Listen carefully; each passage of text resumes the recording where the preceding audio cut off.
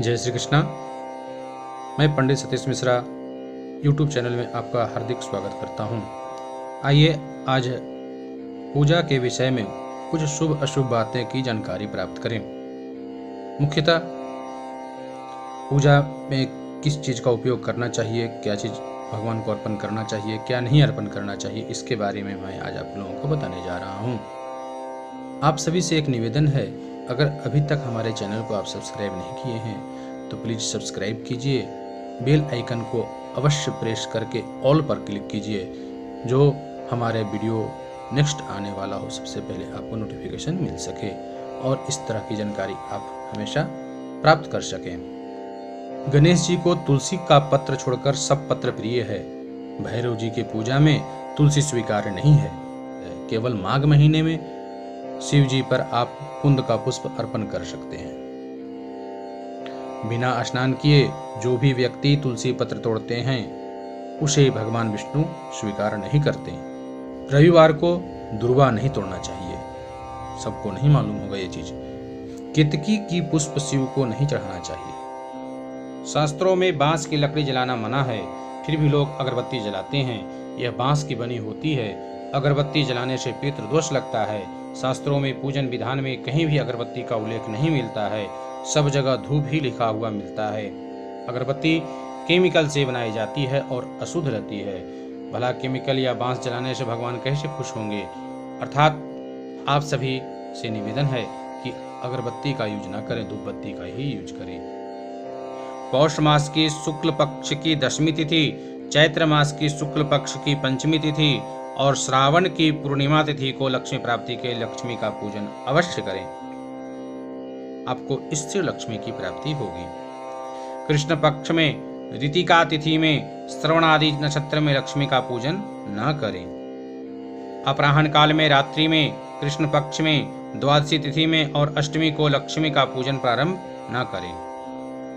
मंडप के 9 भाग होते हैं, वे सब बराबर बराबर के होते हैं। अर्थात मंडप सब तरह से चतुरासन होना चाहिए, अर्थात टेढ़ा नहीं होना चाहिए। जिस कुंड की श्रृंगार द्वारा रचना नहीं होती है वह यजमान का नाश करता है। अगर आप लोहे के कुंड में भी पूजन के बाद हवन कर रहे हैं, उसको भी थोड़ा कुमकुम चंदन से पूजन अवश्य करना चाहिए। देवताओं के सामने प्रज्वलित दीप को बुझाना नहीं चाहिए। पूजन करके व्यक्ति कितने होते हैं कि दीप को बुझा देते हैं, वैसा कभी ना करें। शालिग्राम का आवाहन तथा विसर्जन कभी नहीं करना चाहिए। स्वतः उसमें भगवान विष्णु का वास होता है, तो शालिग्राम आप रखें और पूजन प्रारंभ करें, उसमें आवाहन की जरूरत नहीं होती है। जो मूर्ति स्थापित हो उसमें आवाहन और विसर्जन नहीं होता है। जब मूर्ति खंडित हो जाती है तब उसका विसर्जन किया जाता है। तुलसी पत्र को मध्याह्न के बाद ग्रहण न करें। मिट्टी की मूर्ति का आवाहन और विसर्जन होता है और अंत में शास्त्रीय विधि से गंगा आदि नदियों में प्रवाह भी किया जाता है। पूजा करते समय यदि गुरुदेव, ज्येष्ठ व्यक्ति या पूज्य व्यक्ति या आपके माता पिता आ जाएं तो उनको उठकर प्रणाम कर उनकी आज्ञा से शेष कर्म को समाप्त करें।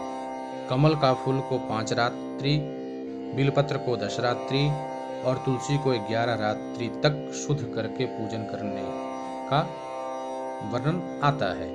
यह अशुद्ध नहीं होते।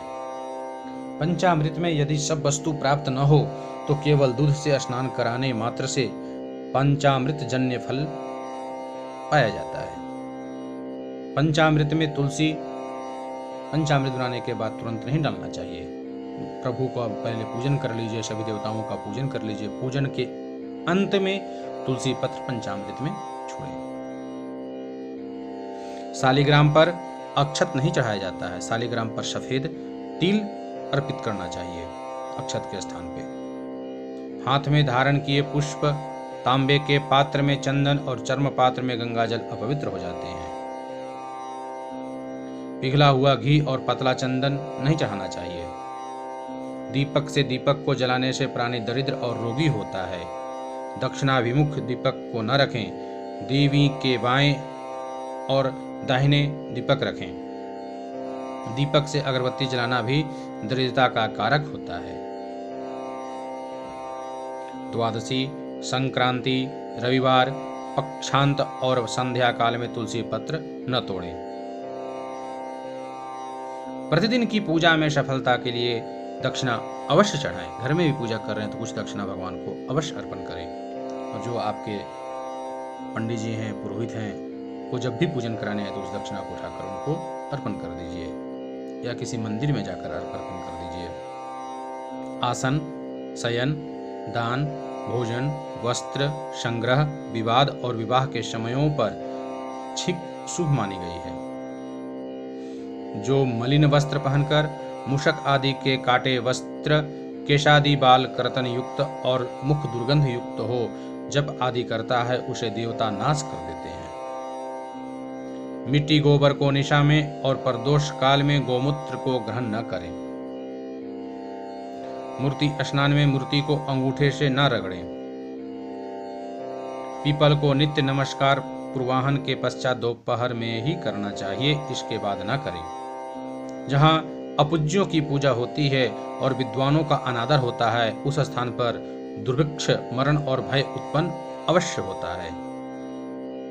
आशा करता हूँ यह वीडियो आप लोगों को पसंद आई होगी। हमारे चैनल को आप लोग अगर सब्सक्राइब नहीं किए हैं सब्सक्राइब कीजिए, लाइक कीजिए, दोस्तों में यह वीडियो शेयर कीजिए कि अधिक से अधिक सभी को यह जानकारी प्राप्त हो सके।